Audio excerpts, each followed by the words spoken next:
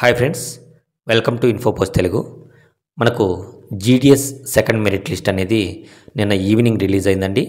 Release అయిన వెంటనే నేను మన వాట్సాప్ గ్రూప్స్లో పోస్ట్ చేయడం జరిగింది. ఈ డిస్క్రిప్షన్లో మనకు వాట్సాప్ గ్రూప్ లింక్స్ ఉంటాయండి.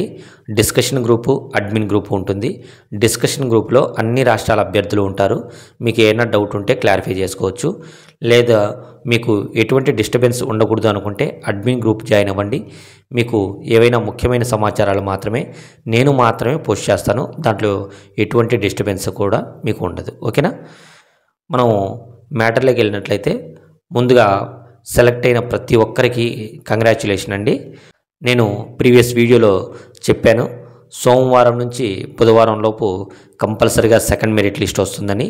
అలాగే వచ్చిందండి. మీకు తెలిసిన ఇన్ఫర్మేషన్ మాత్రమే పాస్ చేస్తాను. ఇంతకుముందు వీడియోలు కూడా మీరు చూసినట్లయితే నేను చెప్పిన ప్రతి వీడియో కూడా 100% జెన్యూన్గా ఉంటుంది. జెన్యూన్గా ఉంటేనే చెప్తాను. ఓకేనా? దయచేసి ఓసారి ఛానల్ను మీరు చూసి తర్వాతనే మీరు ఫాలో అవ్వండి. ఓకేనా? మీకు ఈ డిస్క్రిప్షన్లో జీడిఎస్ సైట్ కూడా ఉంచుతాను. మీరు జీడిఎస్ సైట్లోకి వెళ్ళి ఈ రాష్ట్రం యొక్క మెరిట్ లిస్టులు మీరు డౌన్లోడ్ చేసి చూసుకోవచ్చు. ఓకేనా? నెక్స్ట్ ఏపీలో మనకు సెకండ్ మెరిట్ లిస్ట్ చూసినట్లయితే మనకు 499 మంది సెలెక్ట్ అయ్యారండి. అంటే 702 మంది దాకా రిజెక్ట్ అయ్యారు. అంటే దాదాపు 60% మంది రిజెక్ట్ అయ్యారు. ఇది అక్యురేట్ కాదండి, 58 పాయింట్ సంథింగ్ ఉంది. నేను రౌండ్ ఫిగర్ కోసం 60% అనేది వేస్తున్నాను. ఓకేనా? 60% మంది మనకు రిజెక్ట్ అవ్వడం అయితే జరిగింది. ఓకేనా? ఇది ఏపీ వారికి చాలా శుభవార్త అని చెప్పవచ్చు. అంటే జాబ్ రాని వారికి ఇది ఒక మంచి శుభవార్త.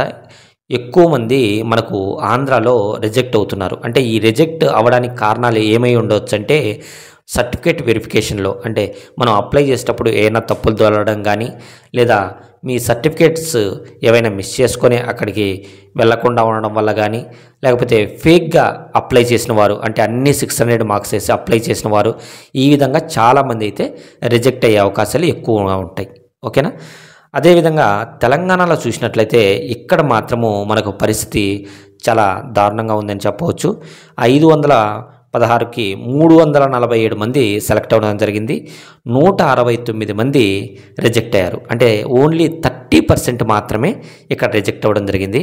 నేను అప్లై చేయక ముందు కూడా చాలామందికి చెప్తున్నానండి, ఆంధ్ర వాళ్ళు తెలంగాణలో అప్లై చేయవచ్చని నేను ఎప్పటి నుంచో చెప్తున్నాను. మిమ్మల్ని ఎక్కడా కూడా రిజెక్ట్ చేసే అవకాశం ఉండదు. లోకల్ రెసిడెన్స్ సర్టిఫికేట్ కూడా అడగరని నేను ఫస్ట్ నుంచి కూడా చెప్తున్నాను.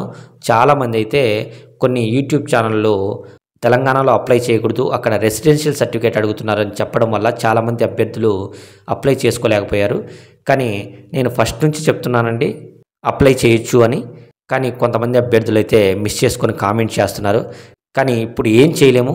మీకు నేను జెన్యూన్ ఇన్ఫర్మేషన్ మాత్రమే మన వీడియోలో పోస్ట్ చేస్తానండి. కాబట్టి మీరు ప్రతి వీడియోను కూడా 100% నమ్మవచ్చు. ఓకేనా? ఇప్పుడు చూసినట్లయితే తెలంగాణలో అందరూ కూడా ఆంధ్ర అభ్యర్థులే ఆక్రమించి ఉన్నారు.